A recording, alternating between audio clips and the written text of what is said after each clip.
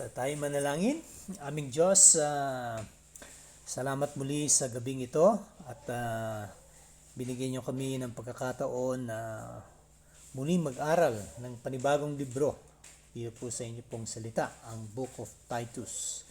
So Lord, salamat at hinihiling namin na gabayan mo kami o banal na Espiritu at bigyan ng kaliwanagan at patuloy na mataas ka sa aming kalagitnaan. Sa iyo lang papuri at pagsamba sa pangalan ni Jesus. Amen. So tayo ay nasa Titus chapter 1 verse 1 to 9. Ayan. So sabi, Paul, a servant of God and an apostle of Jesus Christ, to further the faith of God's elect and their knowledge of the truth that leads to godliness, in the hope of eternal life, which God, who does not lie, promised before the beginning of time, and which now at his appointed season he has brought to light through the preaching entrusted to me by the command of God our Savior. To Titus, my true son in our common faith, grace and peace from God the Father and Christ Jesus our Savior. The reason I left you in Crete was that you might put in order what was left unfinished and appoint elders in every town, as I directed you. An elder must be blameless, faithful to his wife, a man whose children believe and are not open to the charge of being wild and disobedient. Since an overseer manages God's household, he must be blameless, not overbearing, not quick-tempered, not given to drunkenness, not violent, not pursuing dishonest gain. Rather, he must be hospitable, one who loves what is good, who is self-controlled, upright, holy, and disciplined. He must hold firmly to the trustworthy message as it has been taught, so that he can encourage others by sound doctrine and refute those who oppose it. Yeah. So, just a brief background lang ng Book of Titus. Ito ay sulat ni Apostol Pablo sa isang kapwa niya manggagawa sa ubasan ng Panginoon na nagngangalang si Titus. Okay? So ito ay isang convert ni Paul. Nasira nito ni Apostle Paul at later on ay naging kasama niya na sa gawain.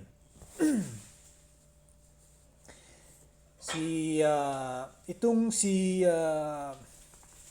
Titus ay nabanggit na ito ni Apostol Pablo sa ating inaral sa libro ng Korinto.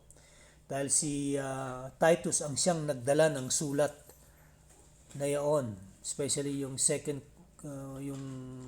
Corinthians. Siya nagdala nito. Dahil yun ang sinabi ng Apostol Pablo, I'm sending Titus to you. At si Titus din naman ang nagbigay ng balita kay Apostol Pablo tungkol dun sa severe letter na binigay niya na ito yung nawala na sulat na yung siguro nga matindi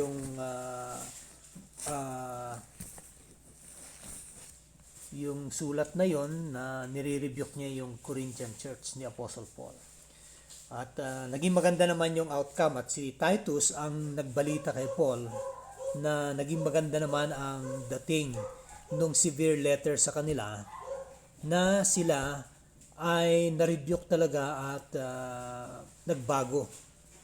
At yun na nga na naayos yung problema. Ayan. So,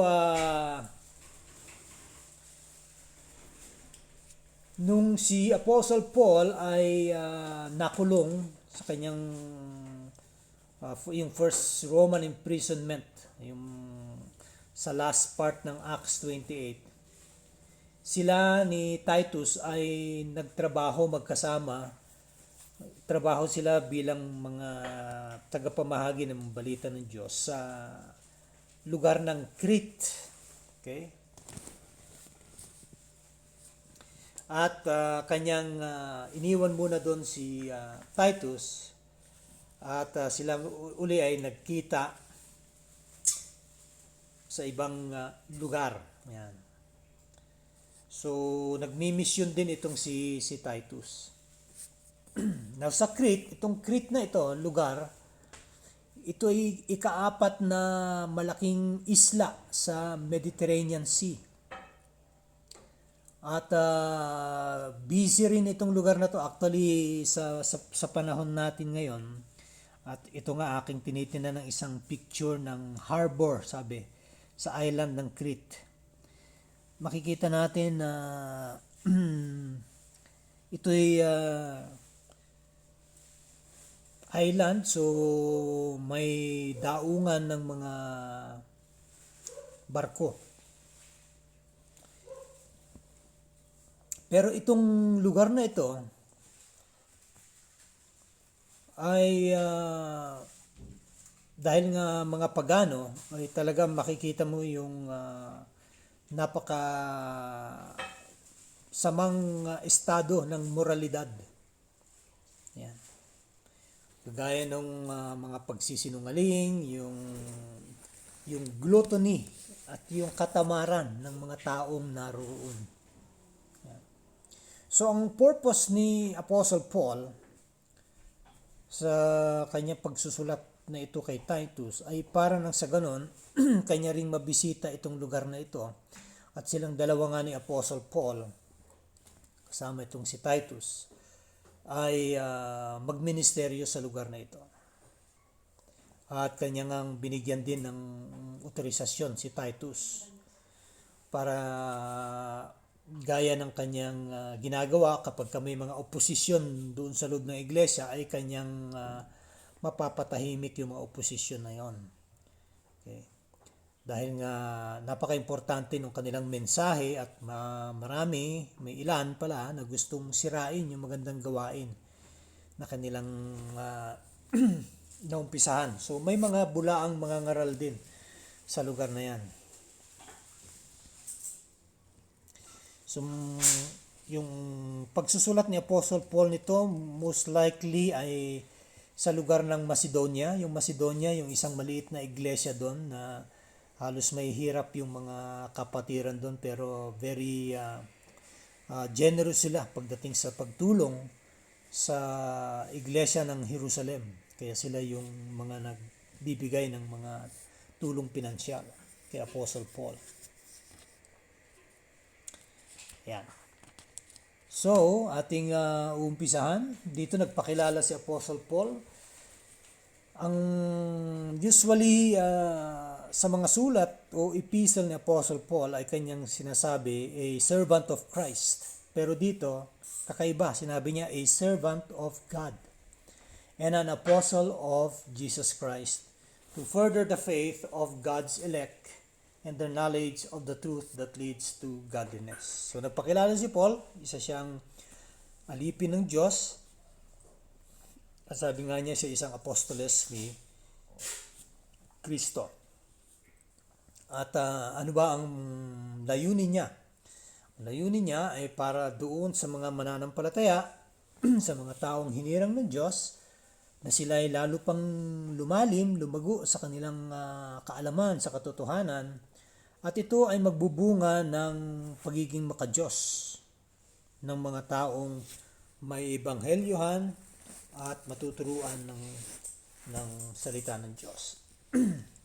At sila, kapag sila lumago, sabi nga, at masumpungan nilang ebanghelyo ng Panginoon, ito'y magdudulot din ng buhay na walang hanggan para sa kanila. At sinabi nga niya dyan, God does not lie.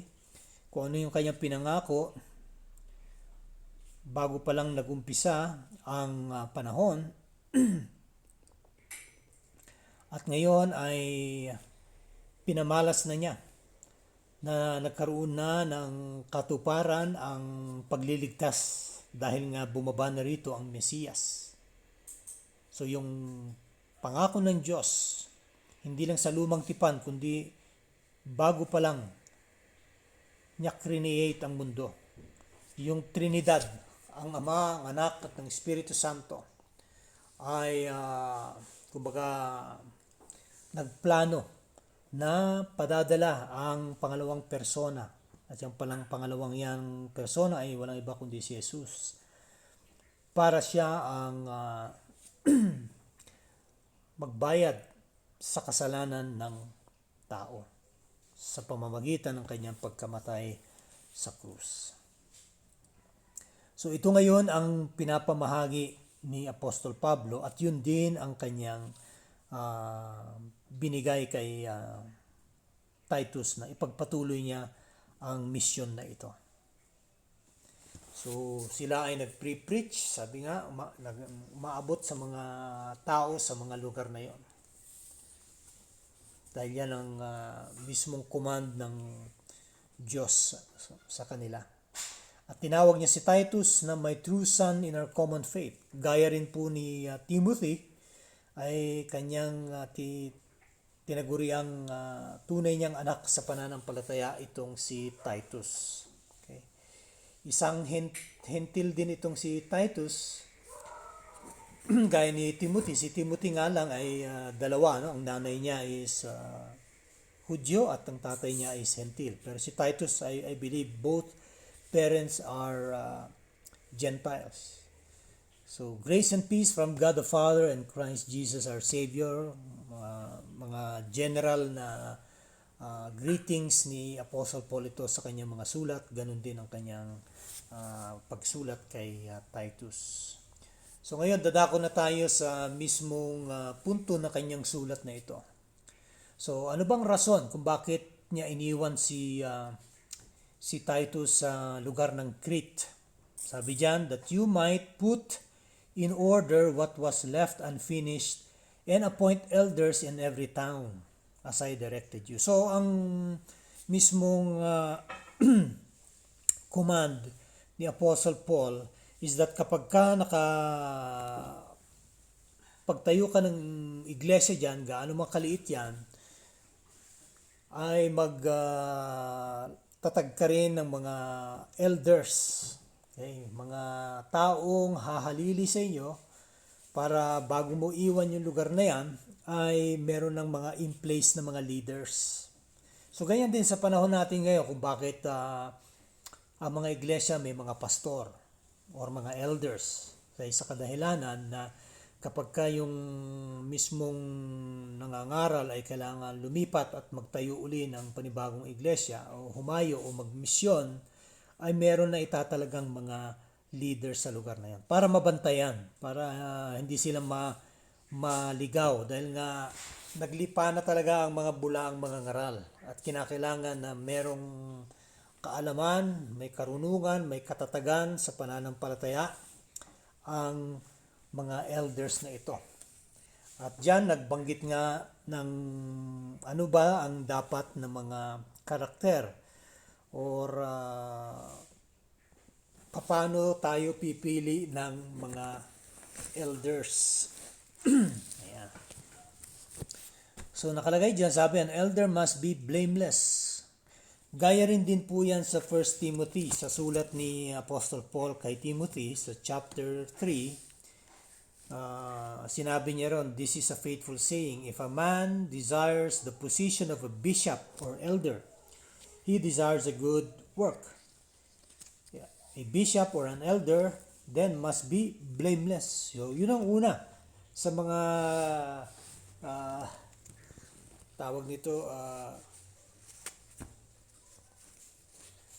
kinakailangang karakter ng isang taong mahihirang na leader ng isang iglesia.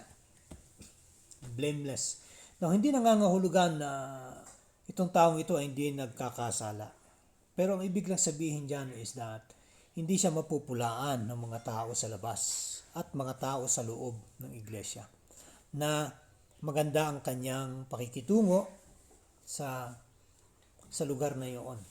At alam naman natin, maliit pang mga lugar na yan at halos makakilala mga tao. Kaya madaling ma-pinpoint kung ang taong yan ay merong mga issue. Hindi kagaya sa panahon natin ngayon, may mga pastor na nakakapagpatuloy sa kanilang pagmiministeryo pero sirang-sira ang kanilang testimonya. Okay? At naitatago pa nila ito.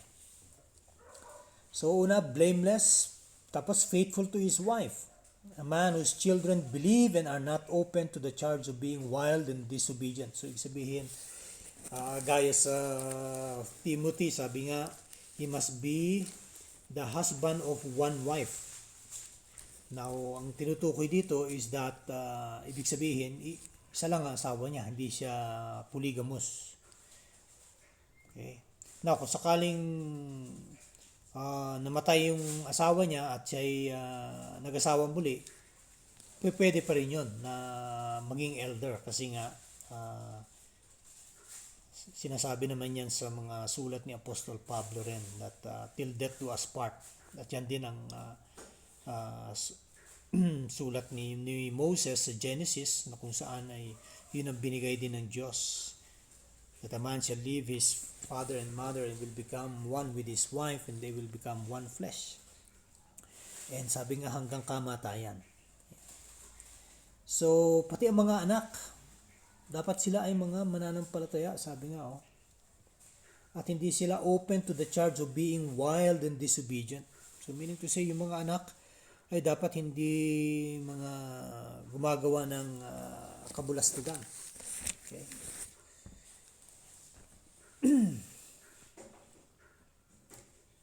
And as an overseer, sabi nga, he manages God's household.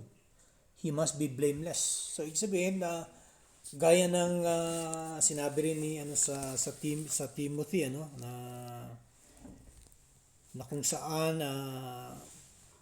yung mismong elder kailangan maayos yung katatayuan ng kanyang pamilya in terms of the relationship kasi nga kung magulo ang yung pamilya, paano mo i-handle yung church? Kaya nga ito ang challenge sa mga kalalakihan, challenge ko rin sa mga gustong maging pastor balang araw.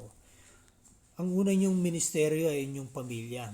Hindi ibig sabihin porque graduate ka ng seminary at pwede ka nang mag-umpisa ng inyong iglesia.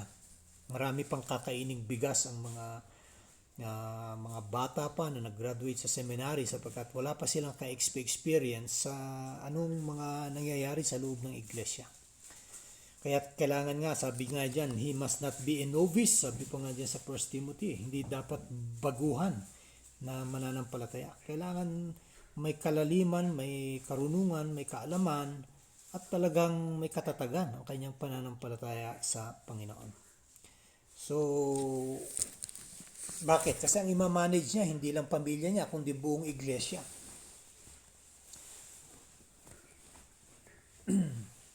So, sumunod dyan sa pagiging blameless, hindi siya overbearing.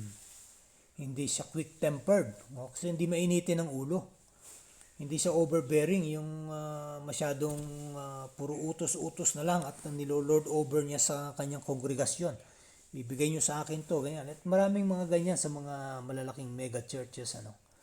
Imbis na naninilbihan yung mga pastor, sila ang pinagsisilbihan. Mali po yun. Sila dapat ang naninilbihan because they are servant leaders supposed to be.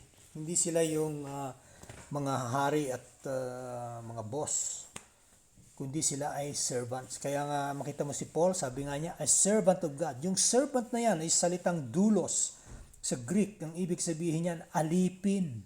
Okay? Pinaganda pa nga natin sa English servant. Pero sa totoo lang yan, alipin. Dahil nga masama ang connotation ng alipin sa panahon natin ngayon, ay ginawa nating sa English na servant.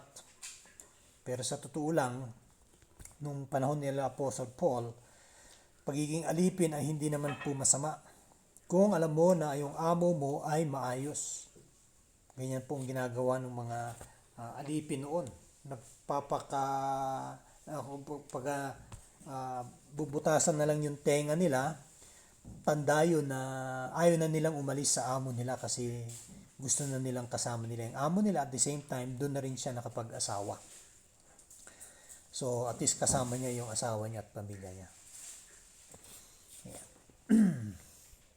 So, not quick-tempered, hindi mainitin ang ulo. Okay, hindi mabulaklakin yung salita na kung ano-anong mga masasamang lumalabas sa kanyang bibig. Hindi rin siya nahuhulog sa kalasingan. Okay? So, hindi naman ibig sabihin na hindi na pwedeng uminom, pero ibig sabihin hindi dapat siya nauwi sa kalasingan. Okay. Now, kung ikaw ay dating lasinggero at ikay tinawag ng Diyos, ikaw ay nagpastor, siguro ang aking payo huwag ka nang uminom dahil yan ang iyong kahinaan. Okay? Dahil baka mamaya nayakag ka na nayaya ka at hindi mo nakita nawala ka na sa iyong sarili, pastor ka pa naman. At very important yan. So, hindi masamang uminom, pero kailangan nasa tama. Okay. Not violent. Okay? Hindi siya palaway, hindi siya pugnacious. Not pursuing dishonest gain. Okay? So, kumbaga, honest siya. At kumbaga, pantay siya kung tumingin sa mga tao niya sa iglesia. Wala siyang kinikilingan. Hindi porke itong isa malaking magbigay ng offering sa kanya at yung isa ay mahirap lang, ay kanya ng kumbaga isasidean niya yung yung malaking magbigay ng kanyang love offering. Hindi po tama yan. Kaya makita natin sa Apostle Paul, sabi niya, I don't need your money, di ba? Sabi nga niya sa mga taga-Korinto, what I want is you, kayo. Yung buhay ninyo, gusto kong makita na kayo ay lumalago sa Panginoon. At kaya nga ang pastor dapat magampanan niya ang kanyang tungkulin, so hindi dapat siya na dadala sa mga enticement gaya ng mga pagbibigay ng mga kapatiran sa kanya. Hindi pa pwedeng ibigay ang luho ng pastor. Sasabihin ng iba nga lalo yung mga malalaking iglesia, pastor, dapat maging member kayo dyan sa country club na yan o kaya itong golf, mag-golf kayo. Yan na lang ang maganda yung napakamahal na mga klase na. Now, kung American setting yan, walang problema, mga pastors sa America, they can play golf. Sa atin naman, wala namang problema, pero yung mismong ibibigyan ka ng membership ng mga kapwa mo mananampalataya para sa luho mo, hindi naman po tama yan. Actually, may kilala ako yan. Kilala niyo po ito, yung ating pastor, si Pastor Rene Nepomuceno. Nakakwentuhan ko siya noon nung kami magkakasama pa sa Dubai at ino-offeran siya noon ng mga ibang kalalakihan sa iglesia na ba't di ka mag-member sa ganito, ganyan. At yung pala, may masamang balakin itong mga grupong ito para later on ay ibabato sa kanya na, yan yung pastor nyo, ganyan ang ginagawa. So, at least nabantayan niya yon at hindi niya tinanggap yung alok na yan. So, there's a time where we have to draw the line, sabi nga. Pwede naman natin sabihin, maganda, alam ko yung inyong intensyon, pero ayaw ko rin naman na abusuhin yung magandang loob na binibigay nyo. Okay lang naman na magbigay kayo ng mga pangangailangan ng inyong pastor, pero wag naman yung labis-labis. Okay? Sa Amerika ngayon, mga mega churches, makikita mo, yung pastor na mismo, hindi pa nga sinasabi ng iglesia pero yung pastor nagregalo sa kanyang asawa ng isang napakamahal na sports car galing sa kaban ng iglesia. Pero mo yan, pastor, hindi pa ino-okay yan ng mga membro ng church, pero inunahan na niya kasi birthday daw ng asawa niya. So maling-mali po yan. Kaya yan po yung mga makikita natin mga iglesia sa Western Hemisphere na kung saan ay sinasabi nila, dapat daw because I am a child of the king. Tayo raw ay mga anak ng hari, so dapat tayo mamumuhay ng hari. Mali po yung interpretasyon na yun. Okay? Dahil si Kristo, kung yan yung kanyang ginawa noon, hindi dapat siya nabayubay at namatay sa krus. Dapat siya ay namuhay sa palasyo. Pero hindi, siya ay pinanganak sa isang sabsaban. Makita rin natin ang kanyang mga tagasunod, yung kanyang mga apostoles. Hindi rin po sila yumaman, hindi rin po sila, hindi nila inabuso yung kanilang mga nasasakupan, mga kapatiran. Maging si Apostol Pablo na siya ay may kaya sa buhay, ay kanyang hindi inabuso ang mga yan. Kaya etong mga to, hindi na po ito pinupuntahan ng mga pastor ng mga malalaking iglesia dahil makukonvict sila o kaya baka mabasa ito ng kanilang mga kongregasyon. Sasabihin, pastor, bakit parang hindi kaya shoot dito sa mga qualification ng isang elder? See, baka ma-rebuke pa siya. Ano pa? Tuloy natin. He must be hospitable. Ayan. Okay, hospitality. Yan, tayong mga Pilipino. Very hospitable tayo. One who loves what is good. Yung tama. Doon tayo. Tapos self-control. See? Kumbaga, may sarili siyang control sa sarili niya, sa kanyang bibig, sa kanyang actions, okay? Sa kanyang pag-iisip. He is upright. Okay?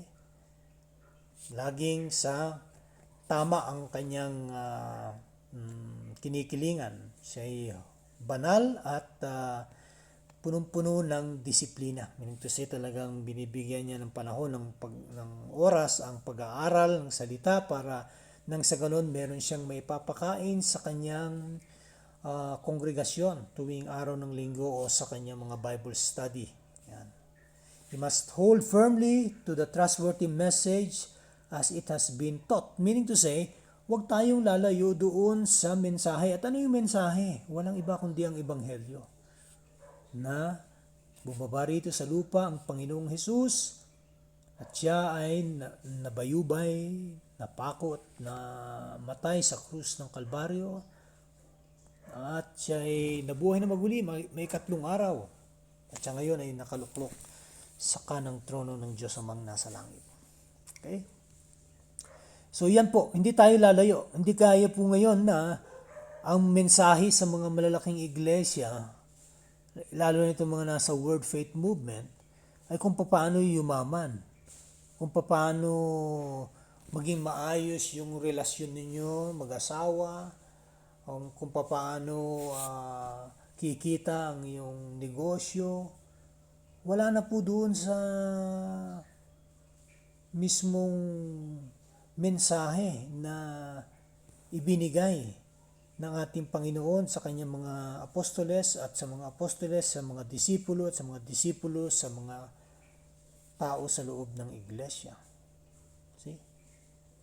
Kaya't ngayon, maraming nasa loob ng iglesia na hindi mananampalataya, hindi tunay na mga tagasunod ni Kristo.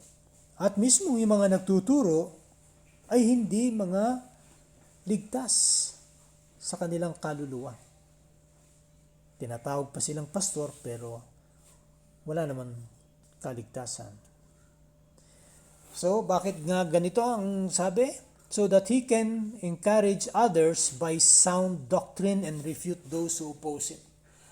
Nung panahon nila Apostle Paul, andyan yung Judaismo. Gusto silang ibalik sa work salvation na dapat bumalik tayo dun sa batas ni Moises. Dapat sundin natin ito. Mag-alay tayo ng mga hayop. Dapat nating sundin yung mga pinagbabawal sa lumang tipan. Iyon ay para sa mga Hudyo noong araw. Hindi po para sa mga Kristiyano yon. Okay? At dito sa panahon natin ngayon, napakarami ng mga diversion. Hindi na po sound doctrine, kundi yung kikiliti sa kanilang tenga, yun ang gusto nilang marinig. Kung ang gusto nilang pag-usapan ay tungkol sa politika, sinong iboboto, sino ang dapat na manalo sa eleksyon, ayan ang pag-uusapan sa iglesia. Gaya nitong mga emergent church o itong tinatawag na progressive Christianity. Okay? Akala mo Christian na Christian ang dating, pero hindi po. Mag-iingat po tayo sapagkat hindi po sound doctrine ang tinuturo nila. Wala na po sa katinuan, sa doktrina ang kanilang ipinamamahagi. Kaya sabi nga, maging ready ka, Titus, to rebuke, to refute yung mga oposisyon na sumasalungat dito sa mensaheng ibinigay sa atin ng ating Panginoon. Kaya't malaki ang pananagutan ng mga elders at malaki ang kanilang accountability sa Diyos balang araw. Ang mga nasa loob ng iglesia, ng mga kapatiran ay hawak nila. Okay? Hindi naman sila hawak sa leeg, kundi sabi nga